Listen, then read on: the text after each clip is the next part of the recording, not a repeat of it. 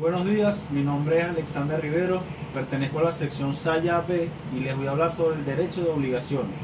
Dentro de las instituciones jurídicas, la obligación es sin lugar a dudas la que tiene mayor vigencia y el mayor campo de aplicación, ya que a través de ella los hombres en sociedad satisfacen esa infinidad de necesidades que se les presentan en su vida cotidiana.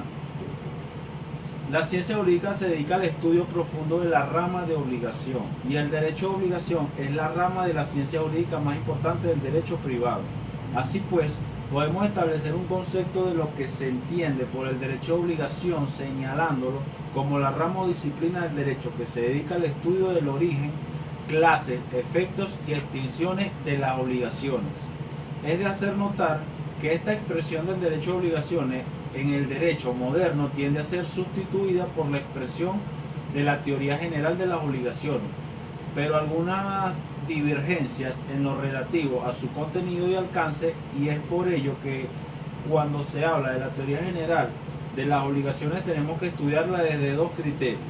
El primero de ellos es un criterio denominado latus sensu, que afirma que la teoría general de las obligaciones estudia todas las facetas que presentan las obligaciones, siendo esto así que tenemos un criterio acerca de la teoría general de las obligaciones si se confundiría con el concepto que dimos del derecho de obligaciones, serían sinónimos por cuanto su contenido sería el mismo.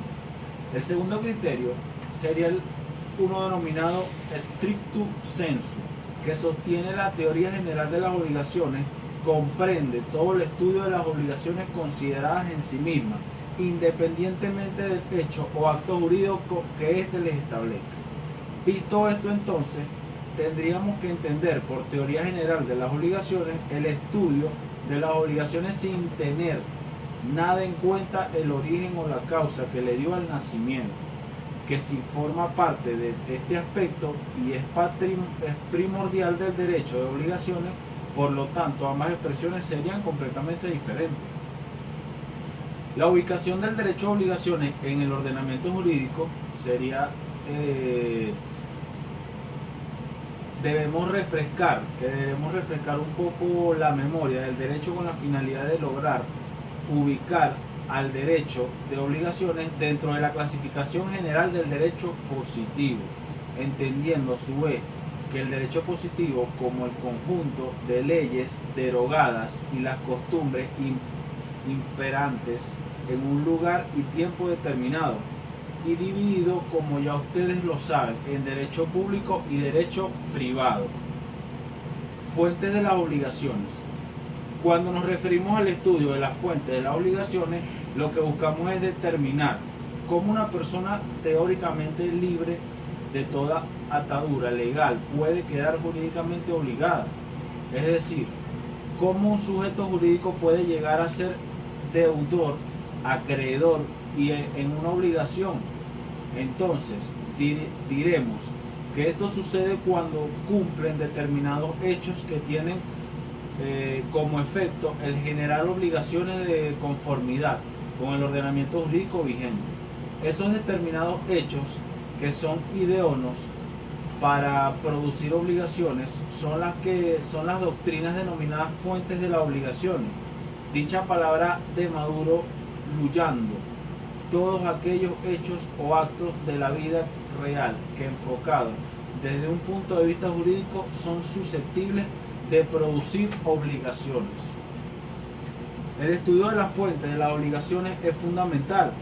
Su importancia, por la sencilla razón de las mismas, son taxativas, lo cual quiere decir que una persona solo puede quedar obligada o atada de mano ocurriendo los supuestos hechos previstos y establecidos en el ordenamiento jurídico. Estos supuestos hechos son la variada índole. Veamos, por ejemplo, si una persona necesita una cosa y le propone a su propietario adquirírsela y éste acepta, entonces estamos en presencia de un acto que origina obligaciones para ambas partes, es decir, un contrato de venta. Otro ejemplo sería que si una persona maneja a exceso de velocidad su vehículo, causa un daño a otra, queda obligada a repararlo. Estamos en un acto de presencia de un hecho ilícito.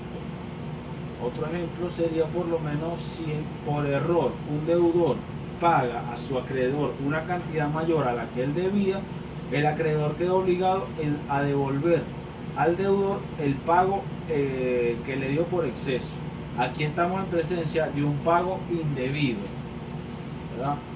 La clasificación de las fuentes de las obligaciones en el Código Civil venezolano, las figuras jurídicas contempladas como fuentes productoras de obligaciones se encuentran establecidas en el libro tercero, título tercero, capítulo 1 de las fuentes de las obligaciones. Nuestro Código Civil y las obligaciones, el contrato en el artículo 1133 y sigue en el Código Civil.